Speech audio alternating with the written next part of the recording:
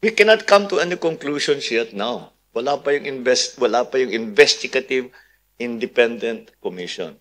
And like I said, by tomorrow, pwede na nating announce, or tomorrow, the day after. Within the next 48 hours, I will already announce the powers that we are granting to the Independent Commission and the members of the Independent Commission. If you look at the allegations that have been made, nagsimula sa 2003 pa ito. So this has been going for 21 years. And that is why it's so deeply seated within the system. And that's why it's going to be a very, kailangan masalimuot at detalyado ang ating magiging investigasyon at para matignan. And yan ang magiging trabaho ngayon ng ating Independent Commission.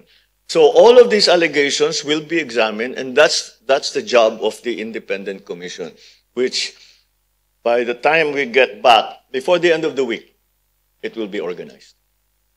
Thank you. And the personalities who are going to be part of the Independent Commission will also be named already. We will also decide on the powers. We already have a very good idea of what the powers and authorities will be granted to the Independent Commission. So that's their job. And we have made very sure that they are, in fact, independent, truly independent. So walang politiko dyan, walang puro investigador, abogado para mga it's a technical exercise.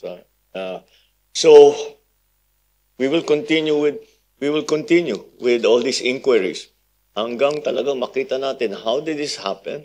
Paano tayo? Kasi kagaya ng nasabi ko noon, ang talagang dapat malaman kung paano tayo nagkaganto.